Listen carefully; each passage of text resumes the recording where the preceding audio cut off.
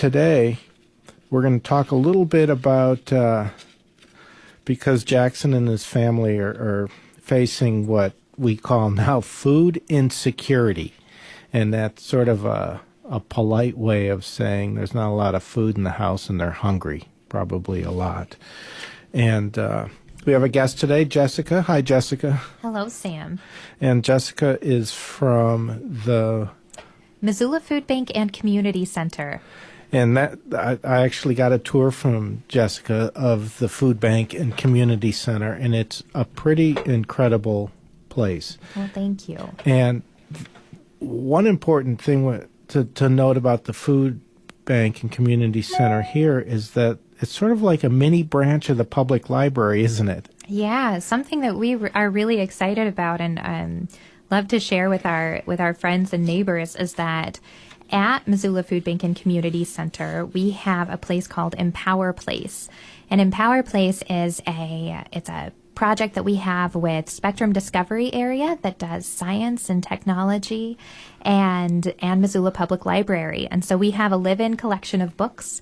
We have we have story time 2 times a week, and then we also have the WOW bus that comes a couple of times. The Web on Wheels. Web on Wheels, which is like a mobile library with computers. It's fantastic. And there's a reference librarian in that WOW bus who can help you with questions you have. Oh, yeah. And so if you have questions operating your tablet, like your mobile tablet or your phone, That's right. they can help you with that. If you're working on a school project and are looking for a certain kind of book, they can help you with that. And can you check out books from the Web on Wheel from the WOW bus? You can. Our collection at the food bank is a live-in collection, and so we don't check those books out. But you can get any book from the public library's whole system through the WOW bus. And can you just show up like you have Tiny Tales there where a librarian comes and reads stories? You don't have to be shopping at the food bank or stopping in for food for that, do you? No, you can be, but you don't have to be. And so we are really excited to have a space where we get to invite our entire community,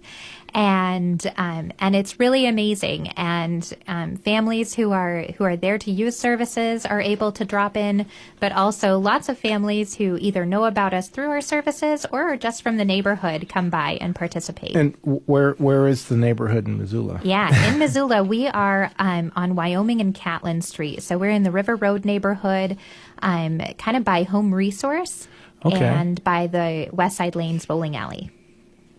And are there other food banks that have community centers like yours in Montana? Do you know of? You know, every food bank is a little bit different and has a little bit different programming. So there are lots of different places around western Montana. We have lots of friends in our anti-hunger work. And there are some that do things a little bit differently. In Livingston, they have a commercial kitchen where families can go and businesses can go to cook. A lot of our different partners do things a little bit differently, but I think that we might be a little unique in having the whole community center. And I know when I was there the first time, I tried to make the ball thing work. Oh yeah, the ball wall. It's a wall and it's full of plastic tubes and levers and I realized I was watching somebody do it. Some of the tubes are on magnets, so you can change them. So you can, And the balls are pushed around by a fan or air? It is. It's run by air, and so there are a couple of different places you can put balls in, and depending on how you interact with the ball wall, and it's a huge wall, so if you can imagine a whole wall of a large room being covered with tubes and baskets and fans, so that these balls just kind of shoot out all over the place, and depending on what you do with the wall, that kind of turns out, that's where your ball goes. That's how it comes down. So a lot of them end up on the floor. That's part of the fun, right? Yeah, trying to get it to work. I tried to get it to work, but I couldn't figure out how to turn on the fan. But somebody showed me to open up the little closet door. That's right. We do. It is inside a closet. You just don't want anybody operating the ball wall. Well, sometimes we turn it off so that we can do things like story time. So what exactly, let's do a couple things. One, food insecurity. Yeah. What is that mean? Sure. So food insecurity it's a larger word for really just not really knowing where your next meal might come from, right? It might mean that there isn't enough food in the house, or there are times when there's not enough food in the house. A lot of families in Missoula at our food bank, and I think across the state, when they go to a food bank, it's not necessarily every single month. Sometimes it's when things are just a little bit short in the house, and it's a temporary. And a food bank is, Yeah. I mean, we could start with just what a food bank is, because I think of a bank as you take and you put your money in the bank, and then your money sits there, and when you need it, you pull it out. Sure. And sometimes you get interest. So similar to that, our food bank, it's kind of our community. They make deposits, or, that's Of kind food. of food. So we get donations of food. We also get donations of funds so that we can buy food, because we buy food in bulk.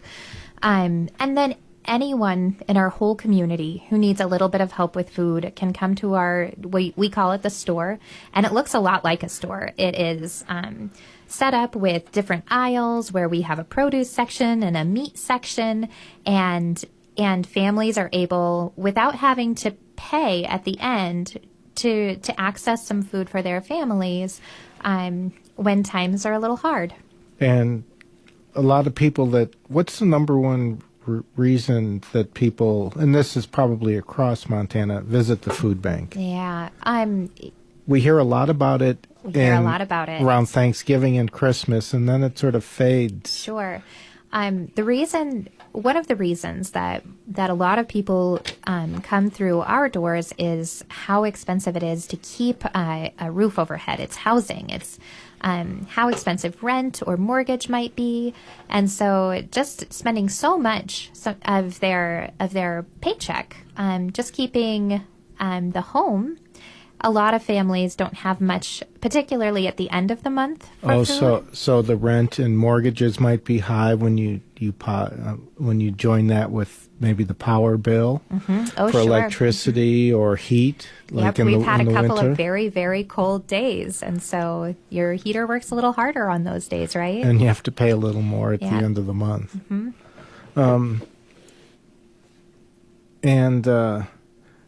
I was looking at some numbers, and I came across, and it's hard to believe that in America, the whole country, 1 in 6 kids may not know where their next meal is coming from. And that's not whether you're going to choose to go to Pizza Hut or McDonald's. That's Right. literally If there will be you're going food to have tonight. food. Yep. And Jackson and his sister and mom are dealing with that, Yeah. of trying to figure out where the next meal is going to come from and what the next meal is going to be. And Jackson sometimes is giving his sister part of his meals because their meals aren't big enough, right? Right, and I don't know if we've gotten to this part yet, but one night they had Cheetos for dinner because that was what was in the vending machine at the rest area on the 101. Yeah. So, 1 in 6 kids. I think something that we like to talk about at our food bank is that lots and lots of families struggle with food security or with keeping enough food in the house, and a lot of times people deal with shame. We're going to read a book about a little girl named Maddie here in a bit, and something that I think is important to talk about is it really isn't there's so many kids who are experiencing it, right? I think that sometimes when kids are living in when they're faced with these kind of challenges, it can feel really lonely. And I think that it's really important to talk about that a lot of kids are experiencing this, and that there shouldn't be the embarrassment or shame around it. I know when I was in school, when I was younger, I had the free lunch at school. Sure. I had free lunch, and if I got there early enough, free breakfast. And I ended up qualifying for that because my parents got divorced. Oh, sure. And we ended up in sort of a one-income Yep. house. And so for a couple years, I was on sort of that Yeah. need for free lunch at school or qualified for it. Yeah, we love the school lunch program. It's fantastic. And, everybody feels better and can learn better when they're well nourished, right? Yeah, and so I just was actually embarrassed having to get the free lunch. I do have to admit that. Sure. And right. And so you felt Shame. a little shame and, Yeah. and maybe embarrassed, maybe Especially worried about since- what people might think of your family. Or Yeah, you. we were living in this big house too, in a suburb of Chicago. We had this sort of circular driveway. It was a big sort of shaped like the White House with columns interesting. in front. Yeah. But the income wasn't there That's by the right. time the mortgage was paid, That- and we qualified for free lunch. But why don't you read Maddie's Fridge, because and we'll talk a little bit after that book, because I have to admit to something that I'm a little embarrassed about, but admitting to it, I think, is a good way to overcome that. That sounds great. So we're going to read a book. It's a picture book. It's called Maddie's Fridge. It's written by Lois Brandt and illustrated by Vin Vogel. And I want to thank Celia from the Missoula Public Library for hunting this book down for me. Oh, and for us, actually. Yes. So when Sophia and Maddie played at the park, they stretched their toes to the sky.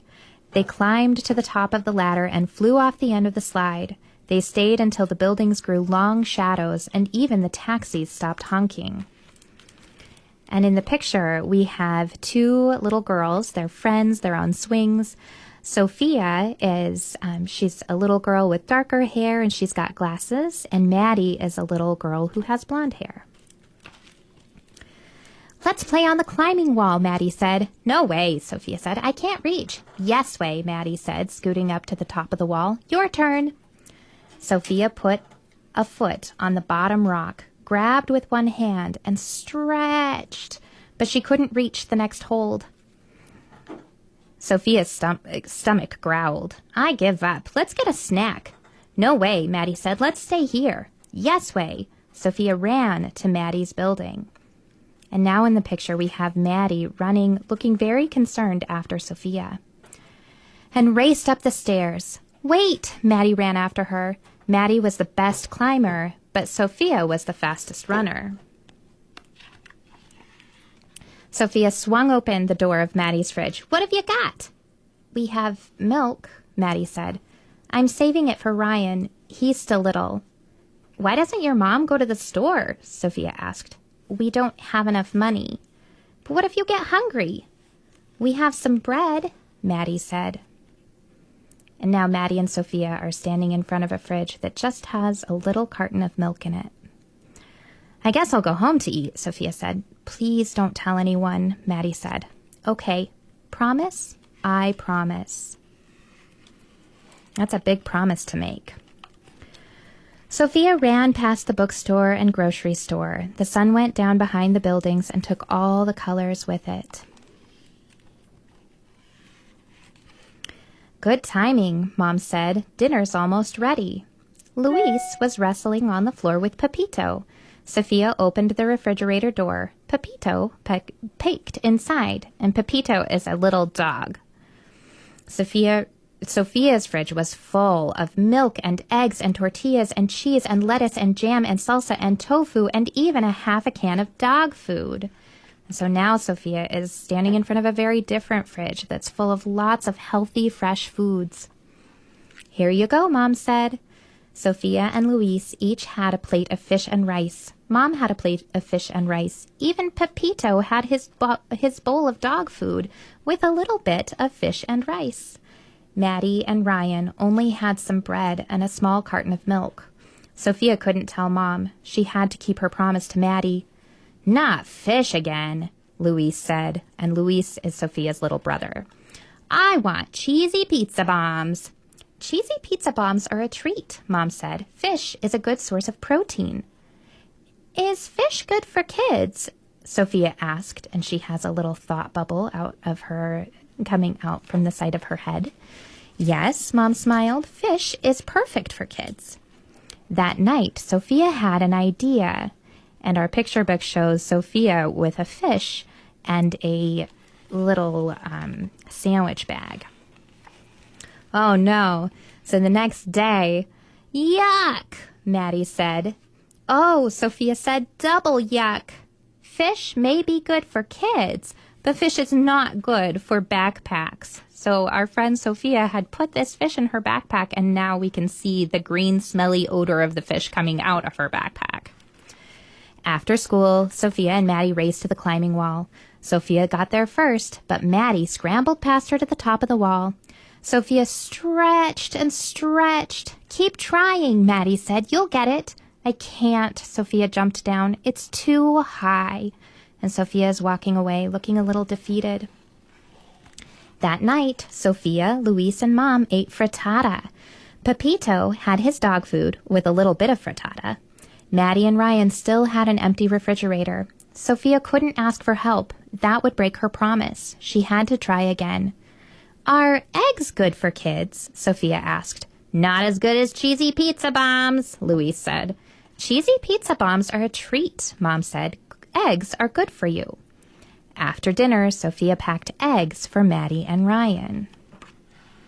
Yuck, Maddie said the next day. Double yuck, Sophia said. Eggs may be good for kids, but eggs are not good for backpacks. Sophia and Maddie raced to the climbing wall. Sophia won again, but Maddie shot past her to the top of the wall. Sophia grabbed one hold, reached for the next, and came down with a thump. That happens sometimes, Maddie called. This is impossible, Sophia said. Keep trying, Maddie said. You'll get it. That night, Sophia, Luis, and Mom had burritos. Pepito had his dog food with a little bit of burrito and no salsa. Maddie and Ryan still had an empty fridge. Sophia wished she hadn't promised Maddie. Are burritos good for kids? Sophia asked. Burritos are very good for you, Mom said. Not as good as, Luis started to say. You should pay attention to nutrition like your sister, Mom said. The next morning, Sophia put 2 burritos in her backpack along with tortillas, beans, cheese, and even some milk. The next day, no thanks, Maddie said. You haven't even looked, Sophia says. Is it fish? Maddie asks. No. Is it eggs? No. Is it gross?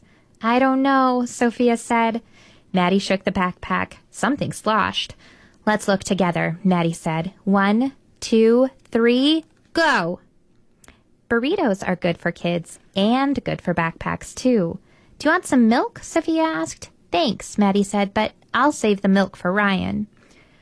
Sophia and Maddie raced to the climbing wall. Sophia won as usual and tried to climb. You can make it, Maddie said. Take my hand. Woo! I made it to the top, Sophia shouted. We're the tallest kids in the park, Maddie said. Thanks for helping me, Maddie. I couldn't do it alone. Maddie shrugged. That's what friends are for. After they finished playing, Sophia walked home past the bookstore and the grocery store. She thought and thought and thought. Her own fridge was full of milk and juice and chicken and yogurt and bread and carrots and even half a can of dog food. Maddie's fridge only had 2 tortillas and a cup of beans and a bit of cheese and a little more milk than before. Sophia didn't want to break her promise, but she couldn't help Maddie alone. Sophia told. She hoped Maddie wouldn't be mad. I'm glad you told me, Mom said. Let's see what we can do together. Like the song that we listened to at the beginning of the Pea Green Boat. We do it together. They loaded grocery bags with flour, milk, carrots, chicken, sugar, oil, and even frozen meat and vegetables. Luis pulled his package of cheesy pizza bombs out of the freezer. He thought and thought. He thought some more. Then he put his cheesy pizza bombs that he loves so much in Maddie and Ryan's bag. For a treat, he said. At Maddie's apartment, the moms talked. Luis and Ryan played. Sophia and Maddie ran to the park. You broke your promise, Maddie said. I'm sorry, Sophia said. Are you mad? A promise is important, Maddie said. You're more important, Sophia said. I wanted you to have milk too. Maddie smiled. Are we still friends? Sophia asks. Always, Maddie said. Double always, Sophia said. Cheesy pizza bombs! Luis yelled. Our moms made cheesy pizza bombs for a treat! and the little boys are hanging out the apartment window, so excited about cheesy pizza bombs. Sophia and Maddie raced back up the stairs to the apartment. Sophia slowed down so they could run together, because that's what friends are for. It is, and it's actually the author of the book, Louise Brandt, got the idea for this book by visiting a friend's house whose refrigerator was empty. And I encourage people to check out Maddie's fridge. There's ways you can help in the back, and I do have to admit, on the cover of this book, Maddie's fridge, is a young girl with black hair and a young girl with blonde hair. And I have a hard time thinking that the blonde girl is the one who doesn't have enough food to eat. And I think that just comes from sort of our misconceptions about hunger and who goes hungry. Sure, And yeah. whether we think of food insecurity, and actually homelessness is a big city problem. Yeah. But it happens across our country and across communities, whether it's in the city, suburbs, or rural areas. You bet. Yep. We a lot of times will say that there really is no, quote, face of hunger, right? Like, hunger is in every single neighborhood in Missoula and across western Montana. Food security, we talk about food as being a basic need, right? Like, that's a pretty easy way to think about it, because everybody needs food, every single one of us. And so we are always kind of talking about, so last year it was 1 in 5 people in Missoula County who came to our food bank.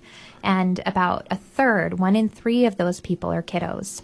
Huh, that's a big number. It's a big number. Well, I'm going to have you come back at some point in the future, but I do want to get to another segment of Yes, you bet. Crenshaw. And thank you for suggesting this book to Pam Yes. from the Missoula Public Library, who suggested it to me.